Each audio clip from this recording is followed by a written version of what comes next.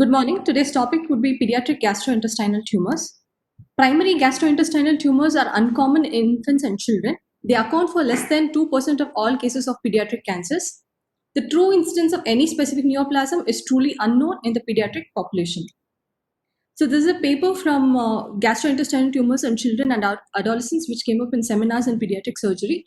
According to this paper, the most common primary GI malignancy was GI lymphomas, and most common would be the non-Hodgkin's lymphoma, in specific Burkitt's and non-Burkitt's. To be specific, diffuse large B-cell lymphomas and Burkitt's-like lymphomas constitute the majority of them.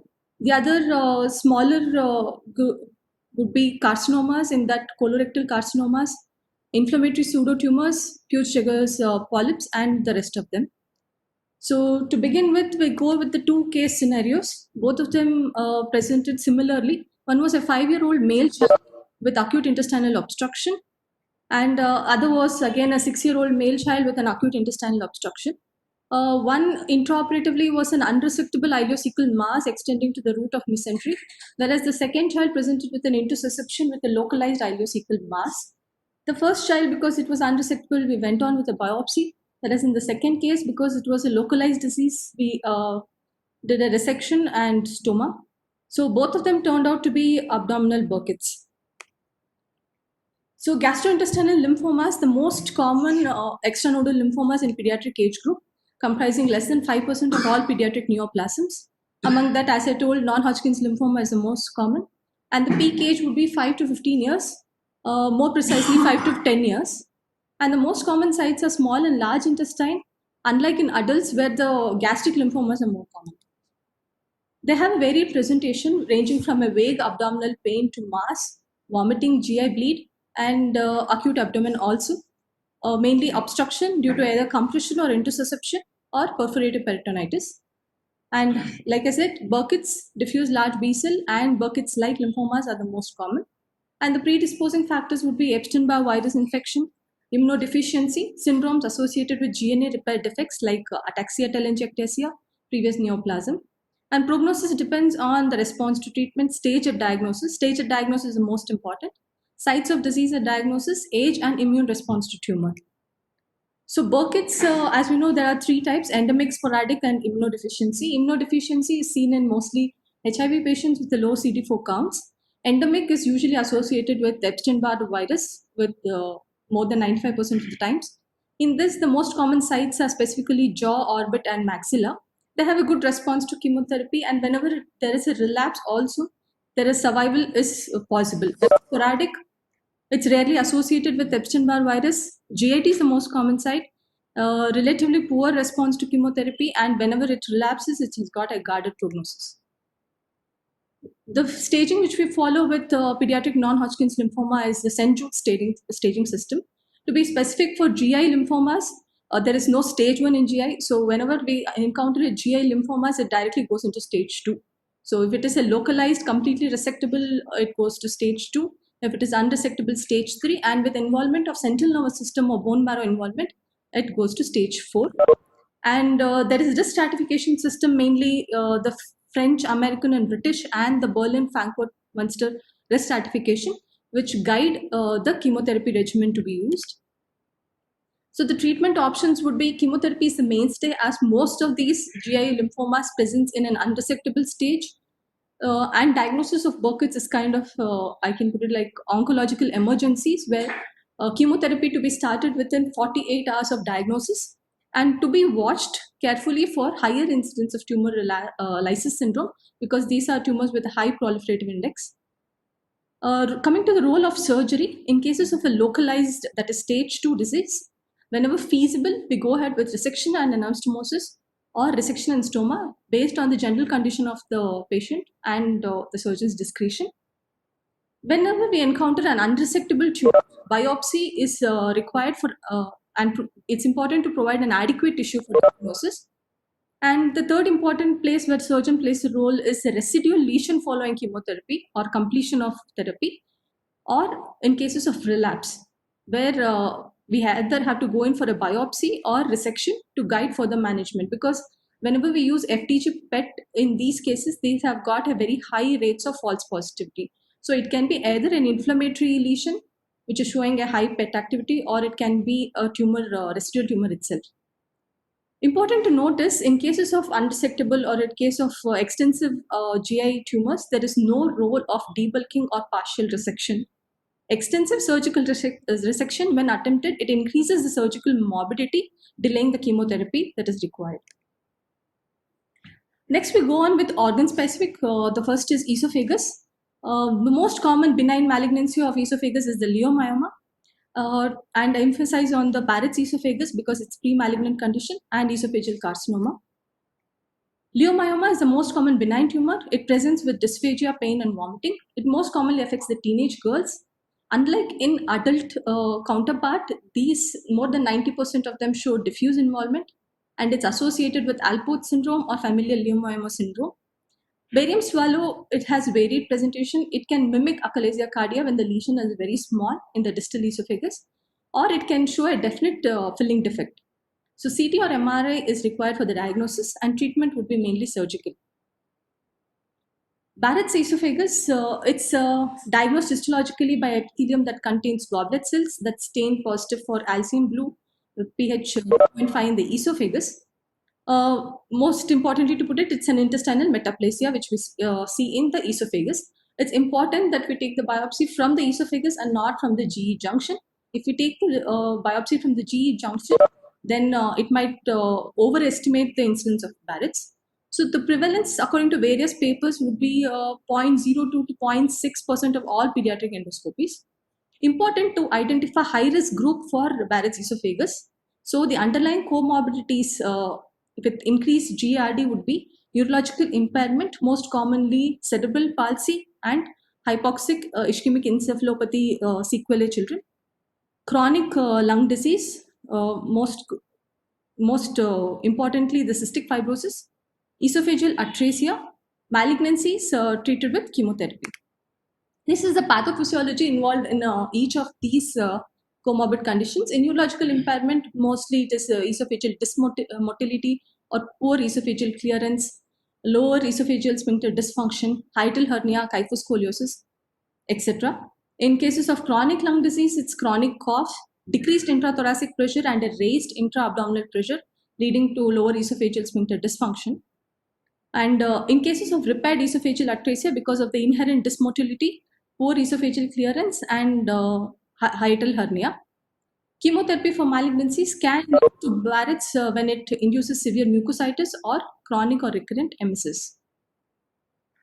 So at least these high-risk groups, it is important to subject them for endoscopic surveillance.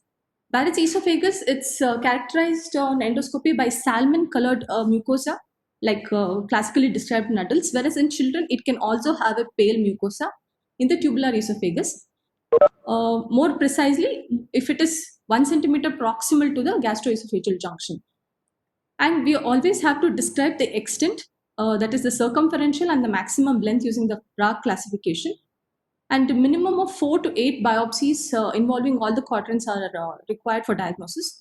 4 is when we see a short segment Barrett's that is around 1 centimeter. Short segment is around 1 centimeter, whereas 8 biopsies will be required if we see a long segment that is more than 3 centimeters. So this is one of the example, and the diagram it's shown that it's C is the circumferential extent of metaplasia. In this case, it was 2 centimeter, whereas the maximum extent of metaplasia went up to 5 centimeters. So this one we put it as C to M5 according to Prague classification. So if we encounter no Barrett's esophagus, then we have to do an endoscopic surveillance every 3 to 5 years. Even with Barrett's esophagus but no dysplasia, again the surveillance would be 3 to 5 years.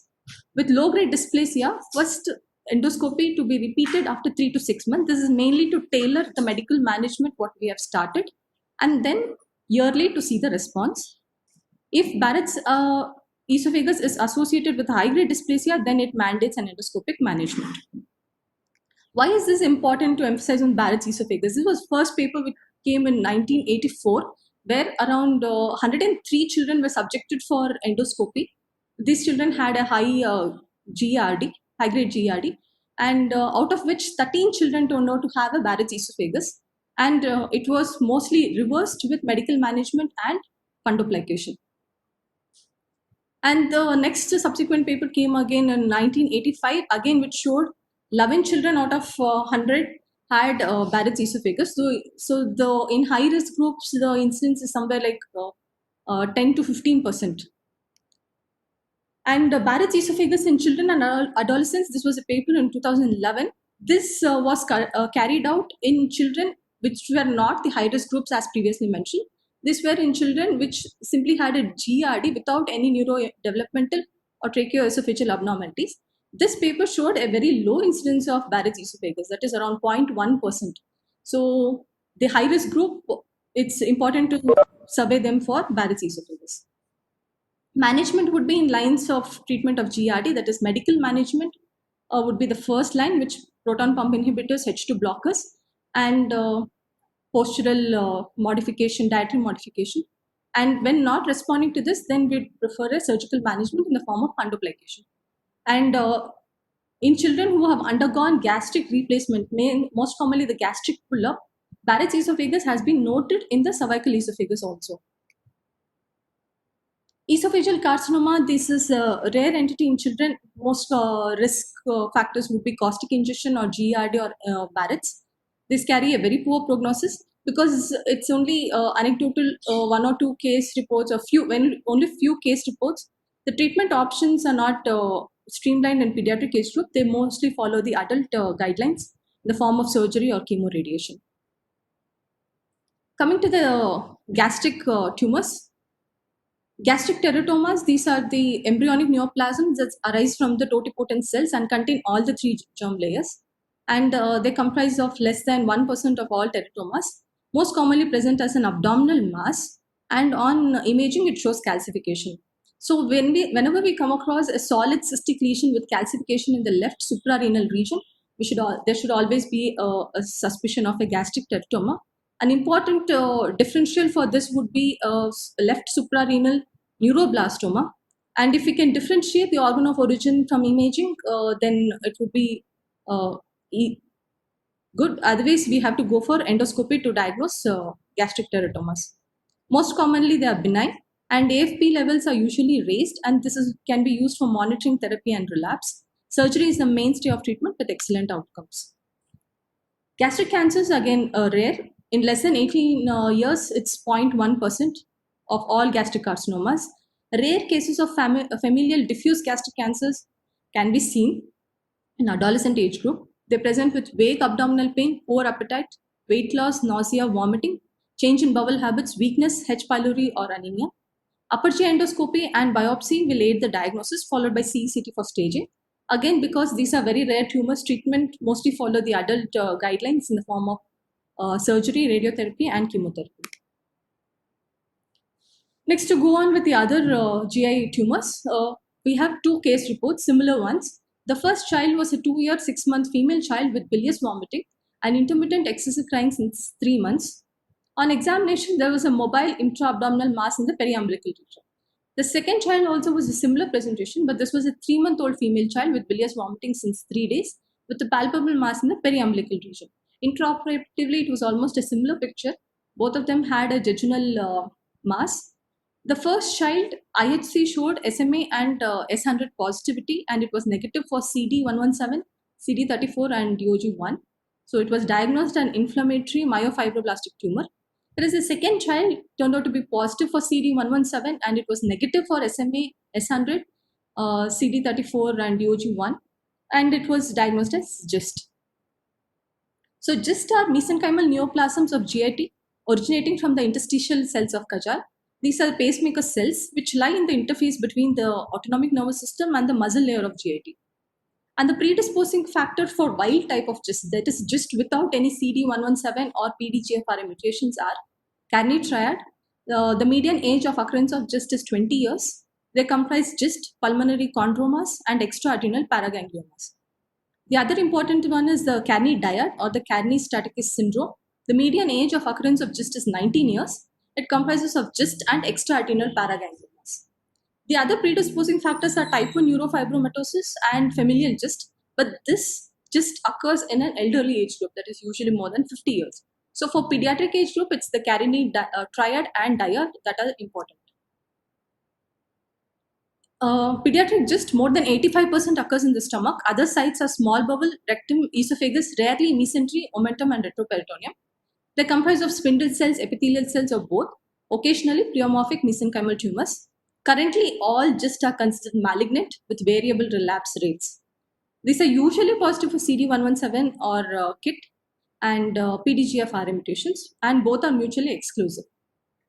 Other IHC markers would be actin, vimentin, CD34, and variable S100 positivity. Desmin is rarely positive. Most importantly, GIST occurs due to gain of function mutation of CD117 on KIT on chromosome 4 and PDGFR mutations. Whereas in pediatric age group, it's the wild type of GIST that is more common. Wild type of GIST most commonly involves the succinate dehydrogenase pathway. Succinate dehydrogenase deficient GIST, they have germline mutation. So this is a cancer predisposing syndrome. And in children or wild type of GIST without any germline mutation, they usually show epigenetic mutations. Due to outward growth of GIST in GIT wall, they usually present late. So we can divide it like 25% are incidentally detected either on endoscopy or routine imaging, 25% presents with mass, 25% presents to emergency either in the form of GI bleed, perforation, or hemoptysis. 25% have vague symptoms like fatigue, anemia, or compression, and diagnosis is usually established by ultrasonography, endoscopy, and CT scan. Staging and risk stratification involves the mitotic count, tumor size, and site, and various risk stratification systems are in place like AFIP risk classification, MSKCC normograms, and quantum maps. Treatment options in GIST would be surgery, mainstay of treatment. The goal is always an R0 resection. It can be done either open or laparoscopic assisted. Whenever unresectable and image or endoscopy biopsy is not CT guided or endoscopy biopsy is not amenable, it might warrant exploration or a laparoscopy and biopsy. Violation of capsule and rupture show high rates of recurrence. But important to note is if it is an R1 resection, that is in cases of microscopic margins, there is no role of re-resection except in rectum. In rectum, the microscopic margins have shown a high recurrent rates, so it is advisable to re-excise it in rectum, whereas in other organs, microscopic margins do not predict recurrence. And 5-year survival, whether it's R0 resection or R1 resections, remains the same. In adult, it is 63%, whereas it drops to 8% in an R2 resection.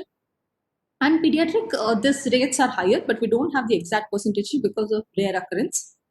Targeted therapy is mainly in the form of imatinib, sunitinib, and regorafenib. These are mainly for CD117 mutation GIST, and vemurafenib when they have a BRAF mutation. So surgery is the mainstay of treatment. Imatinib has no role in wild type of GIST. With KIT or PDGFR mutations, the treatment follow the adult guidelines.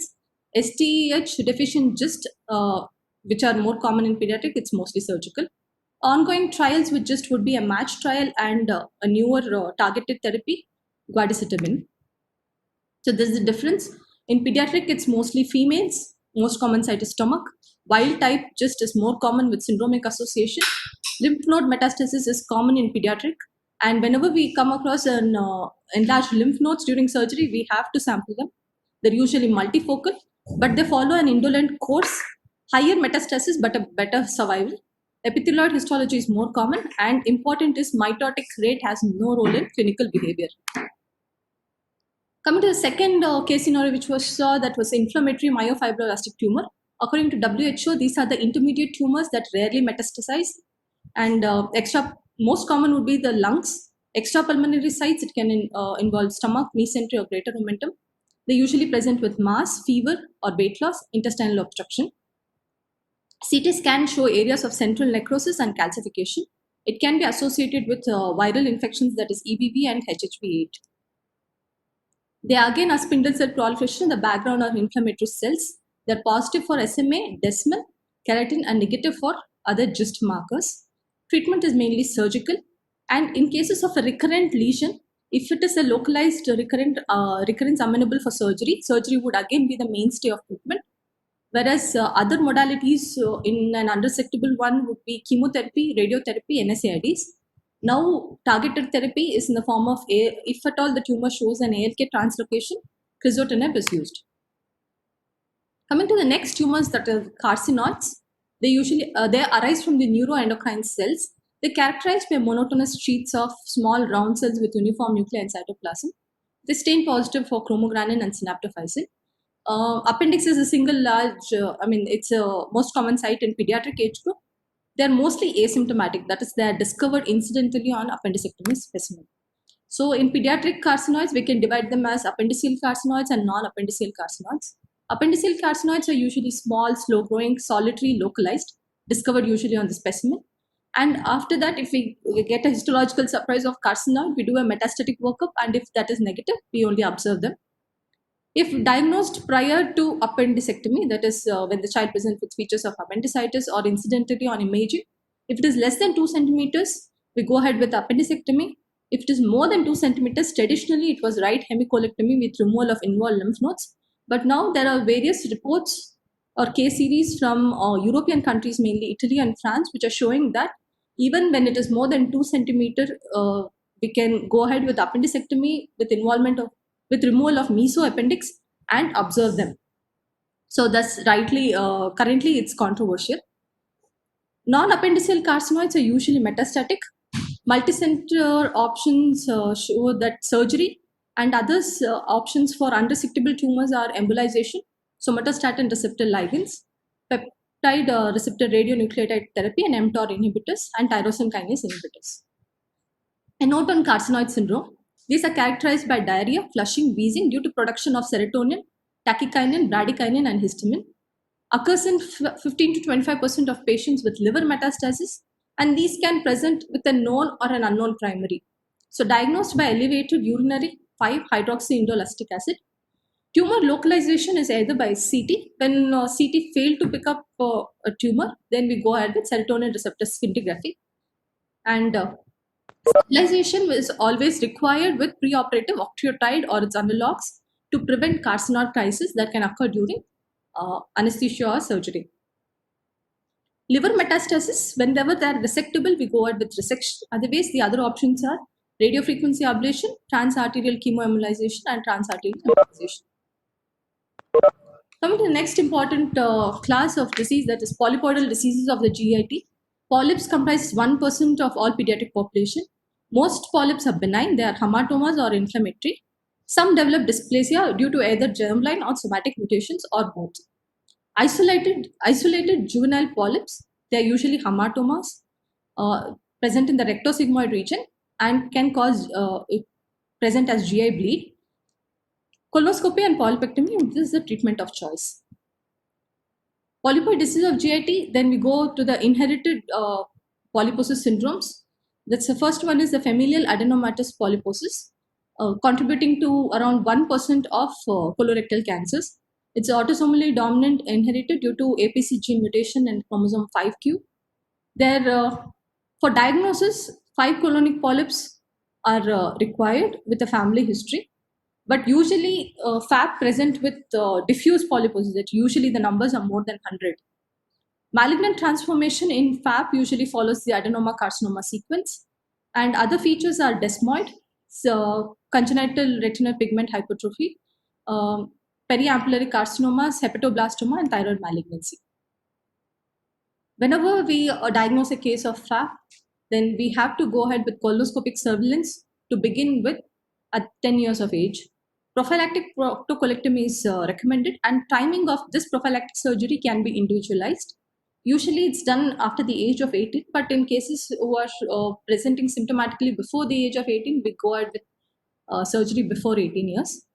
Following surgery also, annual endoscopy is required to look for either rectal or anal polyps, depending on what surgery we have done. Other drugs to reduce polyps are NSAIDs, selective COX-2 inhibitors, that is celecoxib. Other variants of FAP are Gardner's syndrome and Turcot syndrome, again very rare. Coming to surgical options in FAP, total abdominal colectomy with ileorectal anastomosis, that is IRA. The contraindication for this would be severe rectal disease and patients who are not amenable for endoscopic surveillance. The other option is total proctocolectomy with ileal pouch anal anastomosis. Contraindications are presence of an intra-abdominal desmoid, which interferes with the complexity of the procedure. And if at all the patient is not a candidate for IPA, like existence of a concomitant Crohn's or a sphincter dysfunction.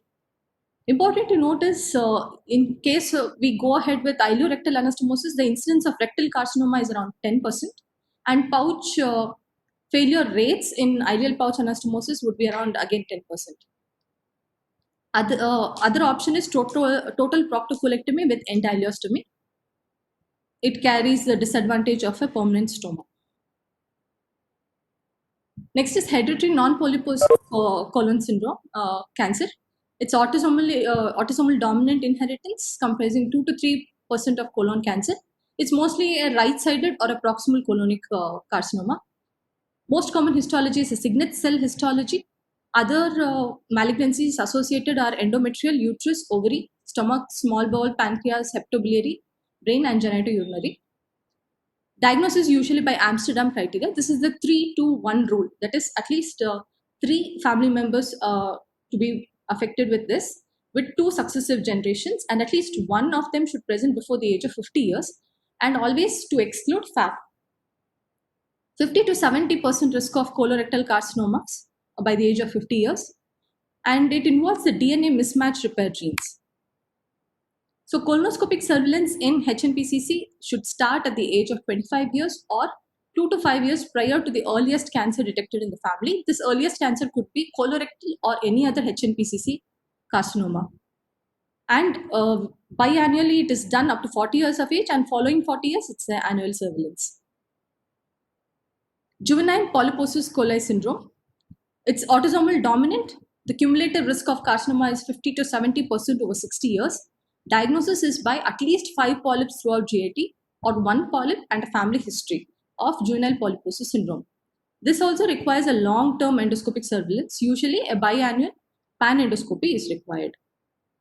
There are 2 forms. One is diffuse juvenile polyposis of infancy, that is less than 1 year of age and more than 1 year of age. In less than 1 year age, it's nearly universally fatal because they're present with diarrhea, bleed, intussusception, protein wasting enteropathy. Whereas in children with more than 1 year of age, it presents as hematochezia, pain, prolapse, can have dysplasia and progress to adenomatous changes. So forms of juvenile polyposis, other syndromes are Cronkite-Canada syndrome and Osler-Weber-Rendu syndrome. Next important polyposis is the Peutz-Jeghers syndrome. This is the polyposis of intestinal tract and mucocutaneous melanosis, predominantly the label. Inherited as an autosomal dominant. Germline mutations in LKB1 or STK11 gene on chromosome 19, typically presents around pubertal age group. Frequent defecation, rectal bleeding, abdominal pain, intussusception. Most common is the intussusception that we come across. And polyps mainly involve the small intestine in 55% cases, stomach and duodenum in 30%, colorectum it's only 15%. And these polyps are hamartomatous polyps, that is extensive smooth muscle proliferation with elongated arborized pattern of polyp formation. Smooth, an important characteristic of Peutz-Jeghers syndrome is smooth muscle core arborizes throughout the polyp. It's very characteristic of Peutz-Jeghers. It's not seen in any other hamartomatous syndromes like juvenile polyposis or sporadic hamartomas. And risk of death due to cancer is 50% by the age of 60 years of age. So there's a Peutz-Jeghers syndrome showing melanosis of the lip and mucocutaneous junction. On endoscopy, it shows hamartomatous polyps, and this is a histopathological picture showing the smooth muscle proliferation is there throughout the polyp. The diagnostic criteria for Peutz-Jeghers syndrome is clinical diagnosis when more than 2 of the features are present, 2 or more Peutz-Jeghers type hamartomatous polyps in GIT, mucocutaneous pigmentation of mouth, lips, nose, eyes, genitalia, and a family history of Peutz-Jeghers syndrome. So, as a management of Peutz-Jeghers syndrome, the screening program should start at the age of 8 years with gastroscopy, colonoscopy, and for surveillance of small bowel or small intestinal polyps, it's usually video capsule endoscopy or MRI with enteroclysis. If they are small polyps, that is less than 1 centimeter, we do only screening with every 2 to 3 years. If at all we come across a large polyp, more than 1 or 1.5 centimeters, then we have to go ahead with polypectomy. Polypectomy can be done either by laparotomy or laparoscopy with intraoperative enteroscopy or double balloon enteroscopy, which is a recent modality.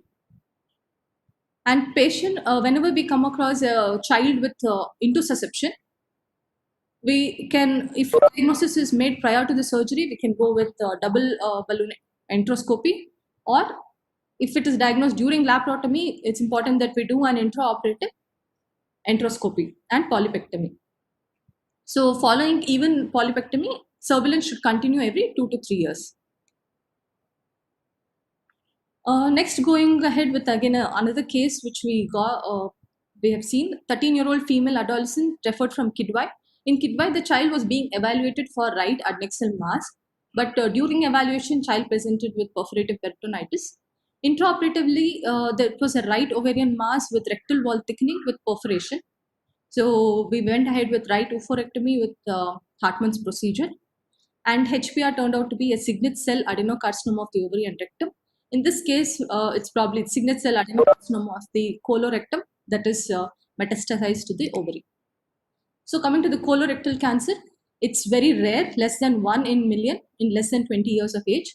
It can occur at any location. Ascending and descending colon, it's 30% equally, followed by rectum, just 25%.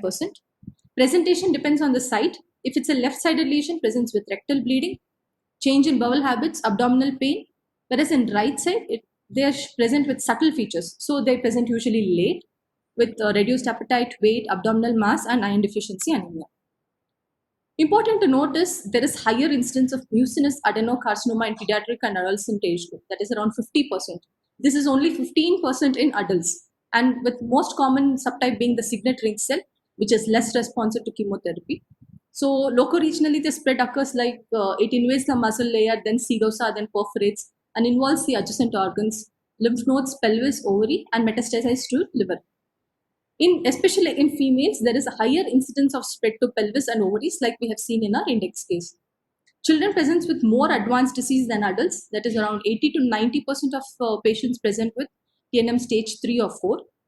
And age less than 21 years has got an increased mortality of 70%. So sporadic colorectal carcinomas in pediatric age group, they usually lack RAS mutations like seen in adults, and these show higher rates of DNA mismatch repair. That is why the signet cell histology is the most common. And treatment is depending on the stage, and again follow the adult guidelines. It's either surgery when resectable, or chemotherapy either in neoadjuvant or adjuvant setting with 5-fluorouracil and leucovorin combination, with second line drugs being irinotecan and oxaliplatin. And radiotherapy can be used for rectal and lower colonic tumors. And targeted therapy is a new modality. Pancreatic tumors mainly are solid pseudopapillary tumor of pancreas, that is Franz tumor, pancreatoblastoma, islet cell tumors, and pancreatic cancer. This was mostly covered during the rare tumors class, so I'll not go into the details of individual one. I would like to emphasize on the entity nesidioblastosis, which was not previously covered. This is the most important etiology for persistent hyperinsulinemic hypoglycemia, commonly encountered in neonates and infants. It shows a higher incidence of mental retardation in survivors, and it's mainly because of delay in diagnosis and extreme difficulty in controlling hypoglycemia in these children. And nesidioblastosis is formation of isolated endocrine cells and islets from pancreatic duct cells. It can present either as an isolated adenoma or hyperplasia or diffuse lesion.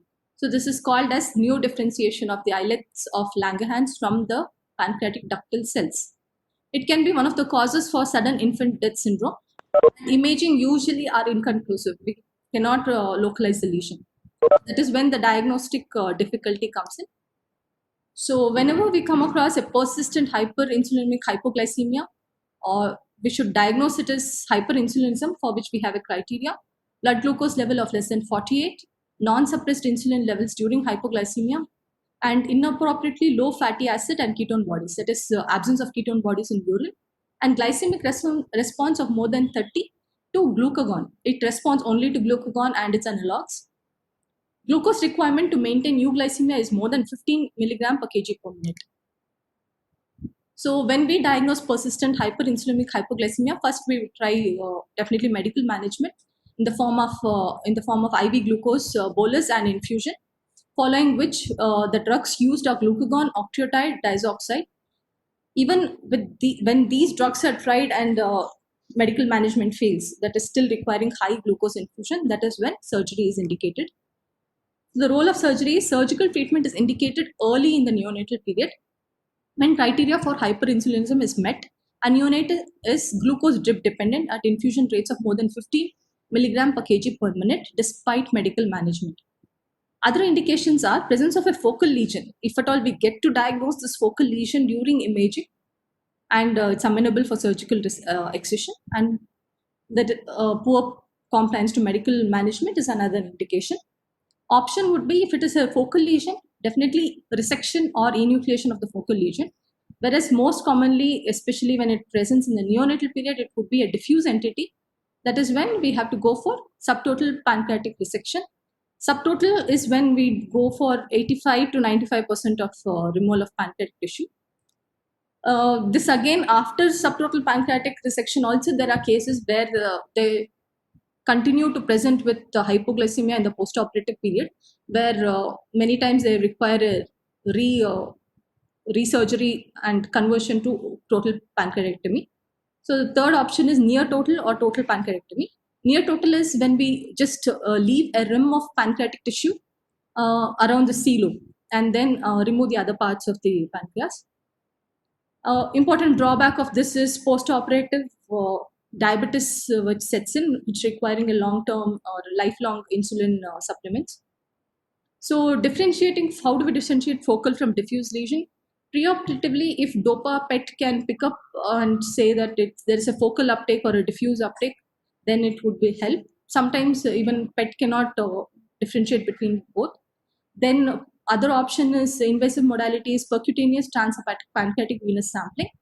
But the most important method would be intraoperatively. Intraoperatively, after mobilization of the pancreas, we do a bimanual palpation and use of intraoperative ultrasonography to localize the tumor. And not only localizing, at the same time, we have to go for intraoperative biopsy and frozen section to differentiate focal and a diffuse lesion.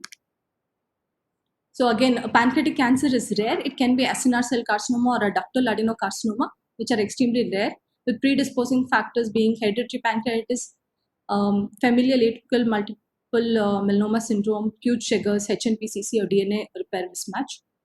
So again, because it's rare, treatment again follows the adult guidelines.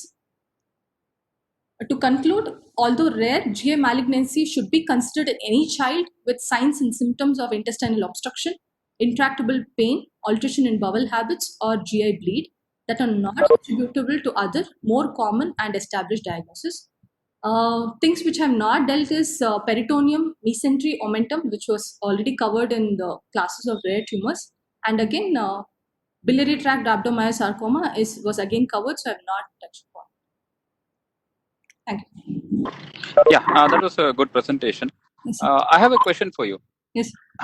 You've seen so many kids coming with rectal polyps, isn't it? Yes, sir. And you have excised many of them. So, when do you consider doing a colonoscopy in these patients? Do you consider all children to undergo a colonoscopy, or is it that only few children should undergo a colonoscopy? So, what's your opinion about that? Ideally, all children should undergo colonoscopy, sir. Rule out towards the other parts. No. You mean to say every children coming with rectal polyp should undergo colonoscopy? So HPE shows it's only a hematoma, and it was. Yeah, exactly. HPE should play a role in this, isn't it? So, what is that on the HPE which makes you think that this child has to undergo a colonoscopy?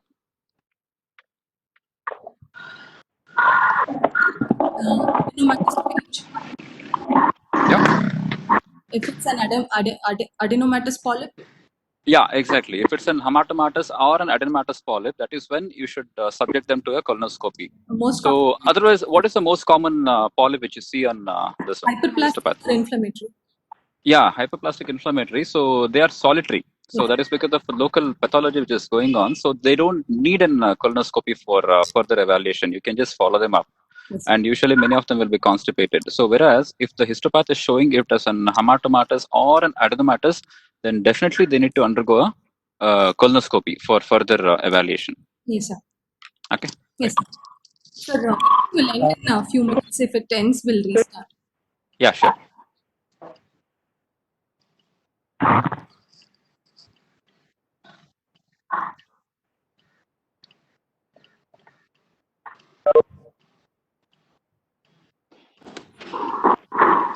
Vinupriya, Yes, sir. a very good presentation. This thing is that, like say, when we do a prophylactic colectomy for this, when the APC gene is positive, no? Yes, sir. So, like say, what will be the age of this group of patients develop the cancer? What is the earliest stage reported? Sir, the earliest, even in pediatric, the earliest colorectal cancer has been reported. Sir, very few case reports. I think the earliest was 6 or 9 years. I'm not very sure, but very few reports. Mostly occur in the third decade, that is 30 years, 30 to 40. That's the reason. That's the reason they kept as 18 years or around 16 to 18 years. We Cancer plan for. incidence before 18 years is very high. So 18 years is the cutoff. And what is the penetrance? That means all of them will develop 100%. In Once, now my question is, once they have this APC gene positivity or the family history is there, yes, so will 100% of these people will develop CA? in FAP, That's the reason they are, 100%. yeah. Whereas Pardon? And I'm not, CC it is 70%. your voice is not clear. Sir, in it is 100%. Hello. No, Hello? your voice is not very clear. Some background disturbance. Some disturbances.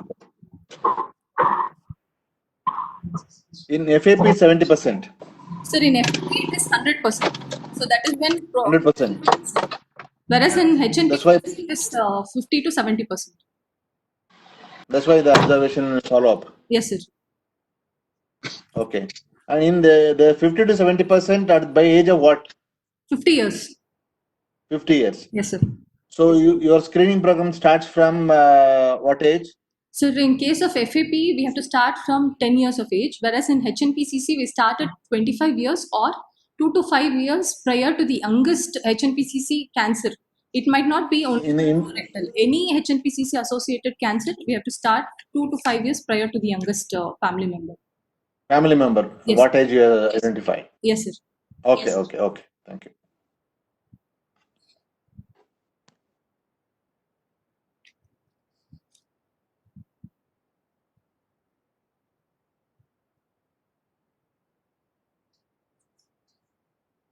Vinipriya, that was a very good presentation. Yes, thank you. Really, it was very clear. Yes. Okay, you did a very good job. Thank you, sir. Congratulations. Okay. Vinu, as a next, it's a lovely presentation. I'll come about praising you at the end. But in the meantime, we'll get on with academic discussions. Yes, sir. As an extension of what Murli was saying, Yes, sir. you said that you're going to say by polypectomy and send it for biopsy, and only if you find something wrong that you would like to do a colonoscopy. Yes, sir. Is it possible that you can have dual pathology? Is it possible that you may be missing out?